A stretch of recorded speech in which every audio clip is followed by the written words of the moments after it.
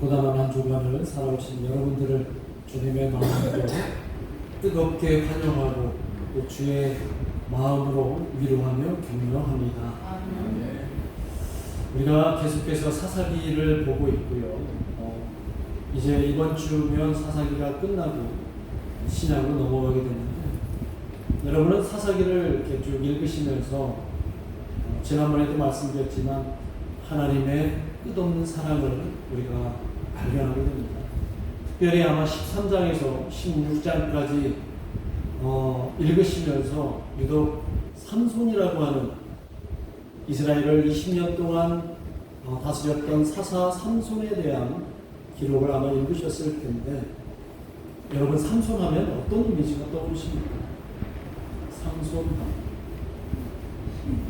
아마 주일학교 때부터 아마 삼손에 대한 이야기는 엄청나게 들었을 거예요. 삼손하면 어떤 나실이 하나님이 그를 구별해서 이 땅에 내보내셨다. 그 다음에 괴력, 엄청난 괴력, 그의 긴 머리, 그 다음에 여성 편력, 그죠? 여자를 되게 좋아해요, 삼손. 그 다음에 들릴라에 의해서 머리가 잘리고, 그 다음에 두 눈이 뽑히고, 그리고 비참한 치욕을 맞아. 이런 정도의 어떤 삼손의 이미지를 기억할 겁니다. 사사기 총 내용 중에 13장에서 16장까지 이 사사 삼손에 대한 이야기가 기록되는데, 다른 12명의, 그러니까 삼손을 포함한 12명의 사사들 중에서 유독 이 삼손에 대한 이야기가 가장 긴 것 같아요.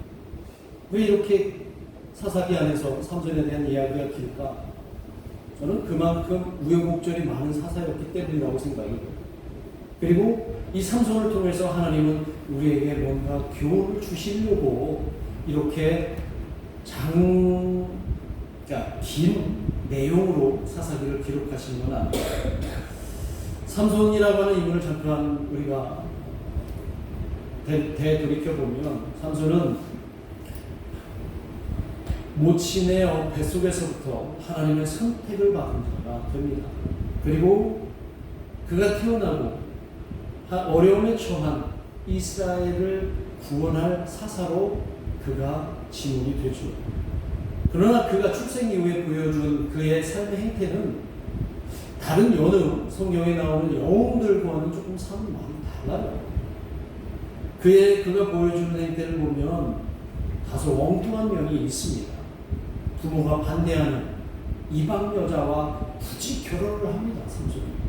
그 다음에 남들이 알지도 잘 못할 수수께끼를 가지고 사람들과 흥정을 하고, 그리고 또 기생에도 빠지고, 기생한테도 막 빠지고, 그리고 블레셋 여인 들릴라라고 하는 여인에게 푹 빠져가고, 그녀의 집요한 추궁에 자기 그 괴력의 힘의 원천의 비밀을 이야기를 하고, 결국 어떻게 됩니까? 삼손은 이 들릴라와 협작하여서 삼손을 붙잡고 그의 두 눈을 뽑아서 장님을 만들고 옥에 가두고 짐승처럼 맷돌을 갈게 하고, 그리고 다곤 신을 제사하는 그 잔치에서 앞에서 재롱을 떨게 하고, 그 재롱을 떠는 삼손, 그리고 마침내 그가 오늘 28절에 있는 것처럼 하나님께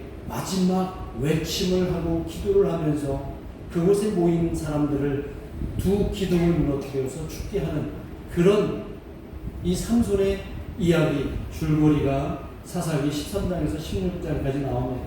그리고 오늘 본문은 바로 삼손의 최후를 다루는 이야기예요. 블레셋은 삼손의 몰락이 자신들의 신인 이 다곤 신 때문이라고 그들은 즐거워하고 있습니다. 그래서 그 다곤 신, 하나님이 아닌 다른 신을 섬기는 그 블레셋 사람들은 대대적인 축하년을 벌여요. 그리고 그 신에게 막 제사를 벌이는 그 상황 속에서 두 눈이 뽑혀서 장님이 된 그 삼손을 끌어냅니다.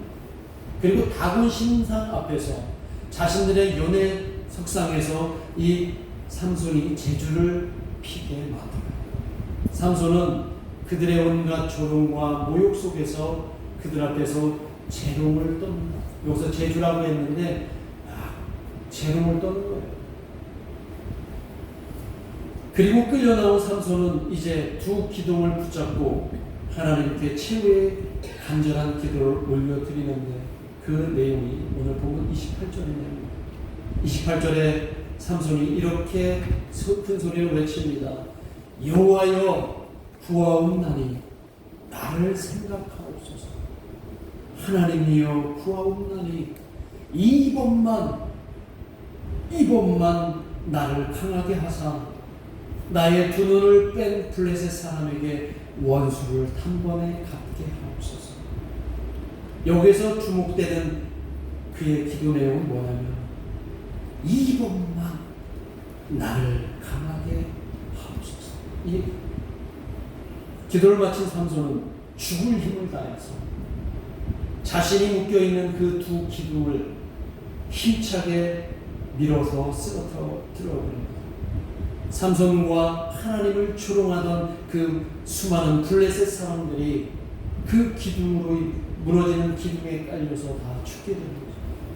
그리고 삼손도 그들과 함께 죽게 됩니다. 이것이 오늘 본문의 내용입니다.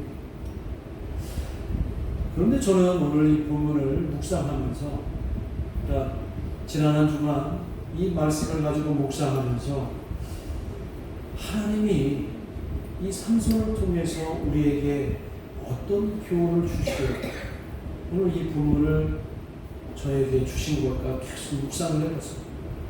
삼손의 일대기를 보면 그다지 긍정적인 그런 요소가 많지 않아요.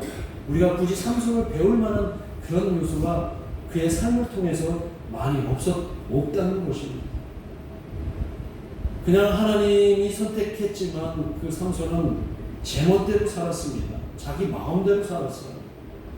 그냥 하나님이 부모님이 원하지 않는 결혼도 해버리고 그리고 막 기생에 빠져서 살아가고 그 다음에 사람들과 그냥 뭐 수수께끼 그런 걸 통해서 도박이나 하고 이런 삼손이 우리에게 어떤 교훈을 줄 수 있을까 곰곰이 생각을 해봅니다.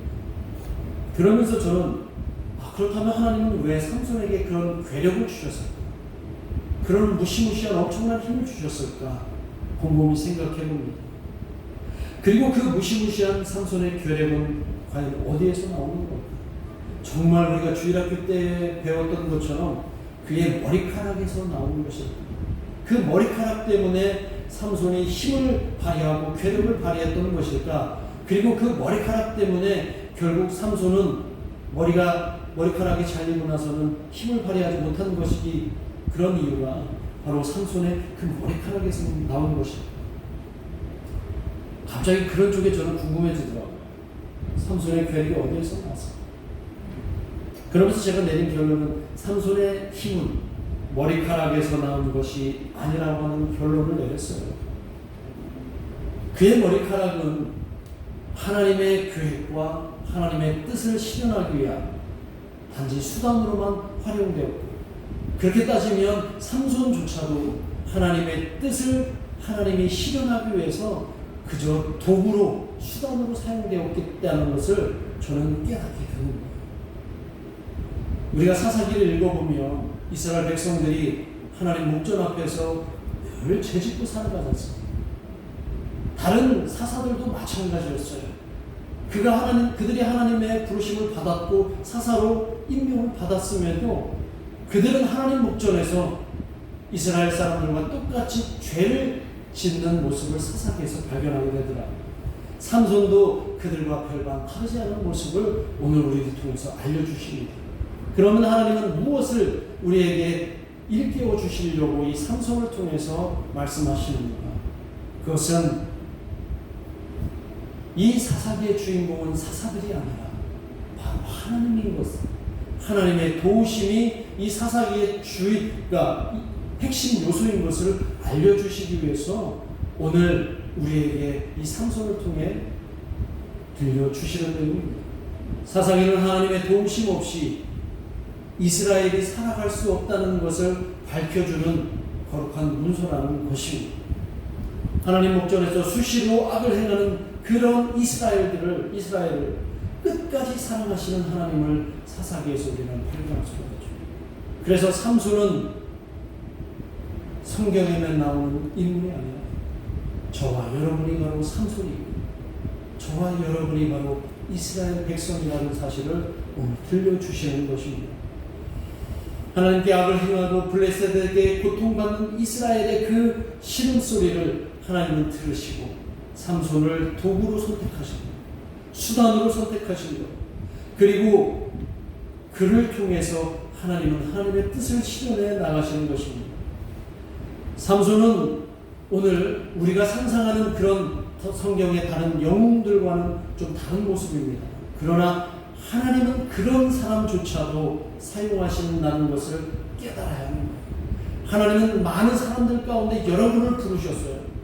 여러분을 택하셨어요. 여러분을 하나님의 사람으로 인정하셨어요. 그런데 여러분들이 세상에 있는 많은 사람들과 얼마나 다르게 아주 정의롭게 의롭게 하나님 보시기에 살아가고 계십니다. 어느 영웅들처럼 여러분들이 그렇게 살아가고 계십니다. 그렇지만 하나님은 여러분들을 선택하셨어요. 여러분들을 하나님의 자녀로 선택하시고 여러분을 통해서 하나님의 능력을 펼쳐나가시기를 원하신다는 거예요. 오늘 삼손에 대해 기록한 것을 보면 하나님이 그를 어떻게 사용하시는지를 우리가 알 수가 있는데 오늘 본문 이전에 있는 사사기 14장 6절과 19절 말씀 그리고 15장의 14절 말씀을 보면 이런 내용이 나와요. 사사기 14장 6절과 19절과 15장 14절에 보면 이렇게 기록하고 있는데요. 자, 앞에 화면을 보시면 여호와의 영이 뭐라고 되어 있어요? 삼손에게 강하게 임하시니. 사사기를 보면 이 내용이 눈에 확 들어오죠. 여호와의 영이 삼손에게 강하게 임했다. 그리고 또 어떻게 임했다? 급하게 임했다. 삼손은 흔들리는 사람이었어요. 삼손은 못 믿을 사람이었어요. 어떻게 보면. 그런데 하나님께서는 그에게 영을 임하게 하는 거예요. 강하게 임하게 하고 또 급하게 임하게 하는 거예요. 주의 영이 임했을 때 삼손은 괴력을 발휘했어요. 강한 힘으로 하나님의 뜻을 펼칠 수 있었습니다. 삼손의 그 힘은, 삼손의 그 능력은 그의 머리카락이 아니라 뭐였다고요? 여호와의 영이었고 하나님의 능력이었다는 것을 알려줍니다. 하나님이 택한 사람은 자신의 재주가 아니라 주의 영으로 살아갈 때 그 능력이 나타나게 된다는 겁니다. 교회 여러분도 우리가 하나님의 사람으로 선택받았음을 기억하시고 주의 영이 여러분에게 임하시고 여러분이 주의 영을 쫓으시면 하나님의 능력이 여러분을 통해서 나타날 줄 믿습니다. 여러분의 삶을 통해서 그런 능력들이 나타나는 것을 한번 실험해 보시고 또 체험해 보시기를 간절히 소망합니다. 마가복음 1장 10절에 보면 예수님께서 공생의 사역을 하시기 바로 직전에 요한에게 세례를 받으시는 장면이 나와요. 그때 요한에게 세례를 받으시고 물에서 올라오실 때 하늘이 쫙 하고 갈라지고 하늘에서 예수님에게 뭐가 내려옵니까? 주의 영이 내려오시죠. 성령이 뭐처럼 내려오세요? 비둘기처럼 막 내려옵니다. 그리고 그 성령, 주의 영이 예수님에게 임하시고 나서 예수님이 이제 본격적인 공생의 사역을 펼치실 때마다 놀라운 능력이 일어납니다. 주의 영이 예수님과 함께 하시니 우리는 복음서에서 어마어마한 능력이 펼쳐지는 것을 알게 돼요. 그 주의 영은 예수님이 흔들릴 때마다 예수님을 붙잡아 주시고 다시 몰고 가세요.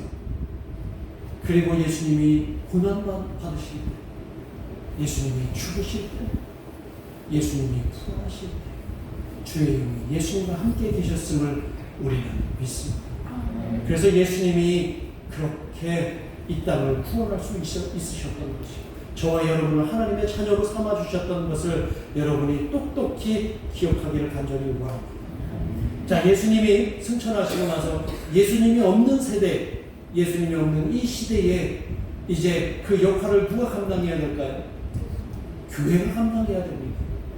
그 교회를 시작하는 최초의 예루살렘 교회가 시작하는 사도행전 2장에 보면 그 마가다락방에서 모여있는 예수님의 제자들에게 하늘에서 강하게 뭐가 임합니까? 성령이, 주의 영이 강하게 임합니다. 마치 뭐와 같이? 불의 혀처럼 강하고 급격하게 임하는 것을 사도행전 2장 2절과 3절에서 우리는 확인할 수가 있습니다. 자, 주의 영이 임했던, 각 사람에게 임했던 그 제자들, 성령이 그들과 함께한 그 예수님의 제자들이 이후에 어떻게 변했습니까? 예수님과 함께했던 제자들의 모습은 완전히 버리고 이후에 그 제자들의 모습은 180도 전혀 달라지게 됩니다. 능력의 사람들이 돼요. 그 예수님을 부인하고 그렇게 예수님을 배신했던 베드로는 수많은 사람들을 예수님으로 인도하는 놀라운 복음 선포자가 돼요. 그가 한번 설교하면 3,000명, 4,000명이 회개하고 예루살렘 교회로 몰려오는 능력을 펼치게 됩니다. 그가 그렇게 할 수 있었던 가능한 이유가 어떤 이유일까요? 성령이 그와 함께 하십니다. 그가 주의 영을 쫓았습니다. 그리고 다른 사도들도 마찬가지입니다. 오순절 성령 강림 사건 그 시점을 기점으로 해서 그들은 놀라운 선교의 주자로 나서게 됩니다. 그리고 전설이지만 그 모든 사도들은 그들의 최후를 어떻게 보냅니까? 다 비참한 순교로 죽음이 두렵지 않습니다. 복음 앞에서 그들은 당당하고 놀라운 능력을 펼치며 그들은 하나님의 사람, 성령의 한 사람으로 붙들리며 그들은 죽어갈 수 있었던 겁니다.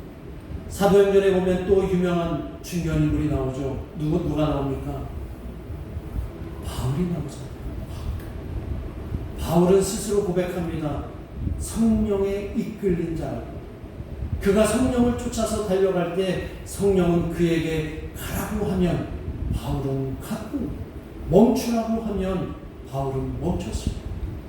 그리고 성령이 바울을 이끄신 걸로 그 복음이 땅끝까지 전해지는 그 마지막 종착지 로마까지 갈 수가 있게 되었던 거예요. 그래서 누구라도 바울은 성령의 사람이라고 얘기를 합니다. 오늘 저와 여러분도 주의 영을 쫓는 그리고 주의 영이 임한 그런 성령의 한 사람들로 거듭났음을 꼭 기억하시기를 주님의 이름으로 축원합니다. 삼손 역시 자기 멋대로 살았던 것 같지만 결국 그는 하나님의 도구로 쓰임받았다는 사실을 오늘 본문을 통해서 우리가 깨닫게 됩니다.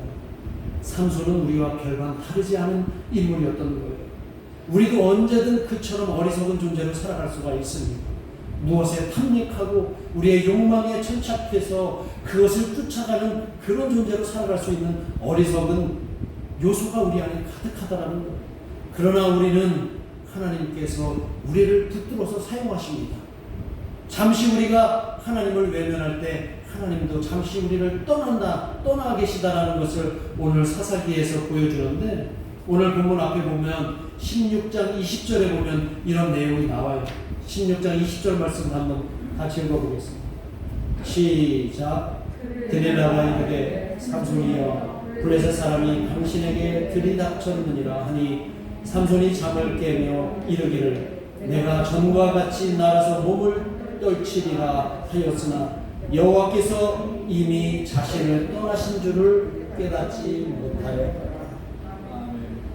우리의 재주를 믿고 우리의 어리석음을 가지고 마치 내가 하나님 앞에 당당히 설 수 있다라고 하는 그 착각을 하는 순간 하나님은 이미 그의 몸에서 떠났습니다.